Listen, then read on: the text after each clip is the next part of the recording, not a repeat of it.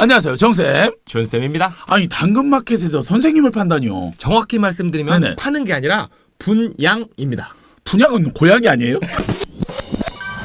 정쌤은 당근 하시나요? 솔직히 얘기하면 이번에 이사를 하게 되면서 냉장고 그리고 전자레인지 여러 가지 팔았거든요. 굉장히 잘 팔았습니다. 비싸게. 와. 중고용품을 사고 팔기에는 굉장히 유용한 앱이었습니다. 그런데 이 중고용품을 파는 당근마켓에서 선생님을 분양한다는 글이 올라와서 지금 굉장히 화제가 되고 있습니다. 어떤 글이 이슈인 거예요? 입양하시면 10만 원 드림. 진지하니까 잼민이 드립치면 신고함. 신고하고 싶네요.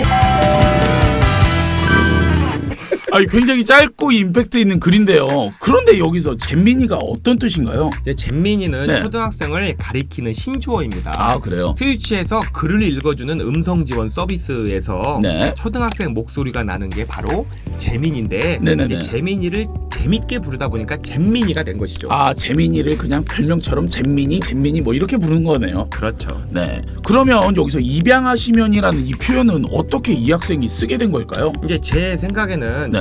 중고나라나 당근마켓을 이용하는 학생이나 네. 부모님이라면 이런 거를 많이 보셨을 겁니다. 아. 고양이를 분양한다, 입양한다, 뭐 강아지를 분양한다, 입양한다.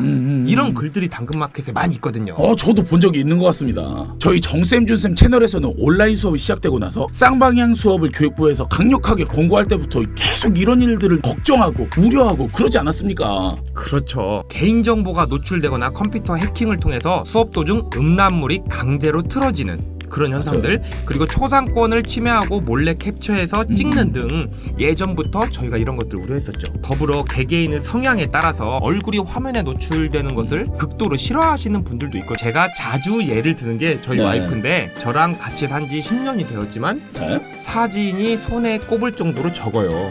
왜 그렇죠? 굉장히 사진 찍고 외부에 노출되는 거를 싫어합니다. 사이버 가수 아담처럼 저랑 사진 찍는 게 싫은 걸 수도 있고요. 저 조심스럽게 그거 봅니다. 흔적을 얘기하니까 제가 잘 아는 선생님 중에서도 쌍방향 수업을 교실에서 혼자서 진행하는데도 마스크를 쓰고 안 벗고 수업하시는 분들이 있거든요. 있어요. 그 이유 뭔지 물어봤더니 누군가 캡처하거나 이거를 녹화할 것 같은 그런 불길한 예감 때문에 그냥 쓰고 한다고 하시더라고요. 충분히 공감이 됩니다. 네네네. 그래서 요즘 녹화 방지 시스템 그리고 캡처 방지 시스템에 대해서도 계속적으로 이야기가 나오고 있잖아요. 네, 그런 시스템을 의무화하자는 말도 많이 나오고 있는데 그게 무슨 소용이 있습니까? 왜요? 제가 보여드릴게요. 네네. 마우스로 캡처가 안 되죠. 하지만 핸드폰으로. 그렇죠. 진짜 찍으려고 마음만 먹으면 막을 수 있는 방안은 뭐 없다고 보면 되겠네요. 교사 노조 측에서는 현재 이 사건과 관련된 네. 교사들의 설문조사가 진행 중입니다. 네네. 저도 내용을 좀 살펴봤는데 주변 동료 교사의 원격 수업 피해 사례, 교사나 다른 학생의 사진을 캡처하여 온라인상에 유포하는 행위에 대한 처벌 규정 등 뭔가 좀 실효성 있는 질문들이 있습니다. 이미 그리고 교총은 개인 사진과 정보를 무단 유포하거나 도용하는 것은 명백한 범죄 행위로 인식하고 실효성 있는 예방 및 교권 보호 대책을 마련해야 한다라고 촉구했습니다. 좋네요. 이 기사에 대한 댓글을 잠시 네. 살펴보면은 선생님도 누군가의 가족인데 점점점이 점점점이 다가오네요. 이런 글도 보이고요. 네. 부모가 엄하게 혼내야 한다. 이럴 때 나와야 하는 게 회초리 아닌가 싶어요. 얼굴 나오게 찍었는데 이제 자신이 없네요. 이거는 교사가 단 댓글 같아요. 얼굴을 보여주면서 이렇게 수업을 했는데 언제 찍힐지 모르는 이 불안감, 그런 것 때문에 댓글을 단 것 같습니다. 준쌤은 이 사건에 대해서 어떻게 생각하나요?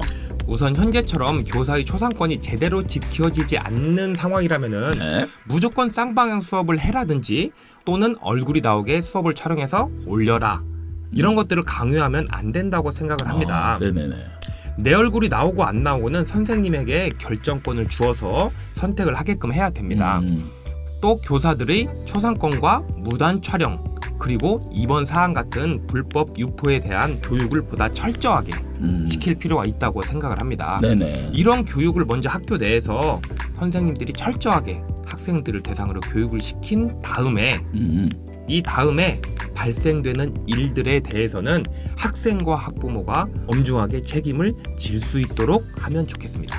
저는 이렇게도 생각이 들어요. 이번 사안의 주인공인 이 어린 학생에게 모든 비난과 그리고 화살을 돌려서는 안 된다고 생각을 합니다. 그렇죠. 물론 학교에서든 집에서든 좀 따끔하게 혼날 건 혼나고 그리고 교육도 철저하게 받아야 되죠.